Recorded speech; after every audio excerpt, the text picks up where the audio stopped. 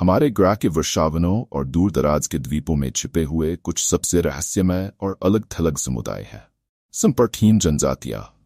ये ऐसे लोगों के समूह हैं जिनका बाहरी दुनिया से बहुत कम या कोई संपर्क नहीं है, जो आधुनिक सभ्यता से पूरी तरह अलग थलग रहना पसंद करते हैं। लेकिन वे कौन हैं और वे क्यों छिपे रहते हैं?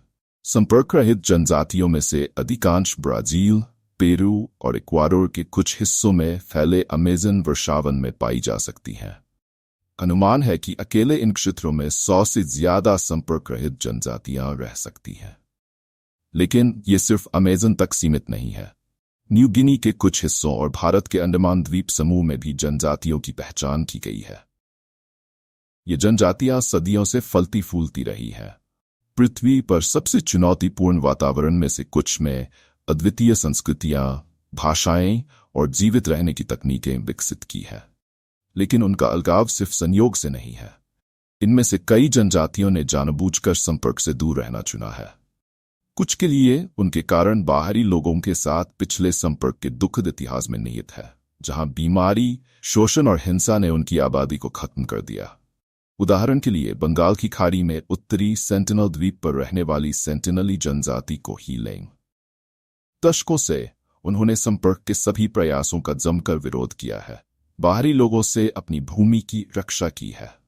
उनका अलगाव इतना चरम पर है कि कोई भी आधुनिक व्यक्ति वास्तव में उनकी भाषा या रीति रिवाजों को नहीं जानता है।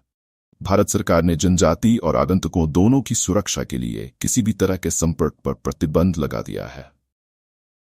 उपग्रह इमेजरी जैसी आधुनिक तकनीक ने हमें इनमें से कई जनजातियों को बिना किसी परेशानी के देखने की अनुमति दी है।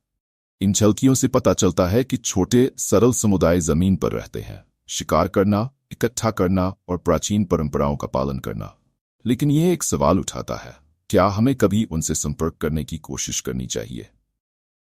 दुर्भाग्य से संपर्क से बाहर रहने वाली जनजातियां बहुत ज्यादा खतरे में हैं।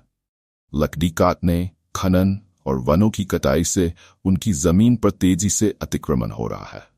ये उद्योग न सिर्फ उनके पर्यावरण को नुकसान पहुंचा रहे हैं, बल्कि उनकी जीवन शैली को भी खतरे में डाल रहे हैं। इन जनजातियों में बीमारियों का प्रवेश, जिनसे इन जनजातियों में कोई प्रतिरोधक क्षमता नहीं है, विनाशकारी हो सकता है।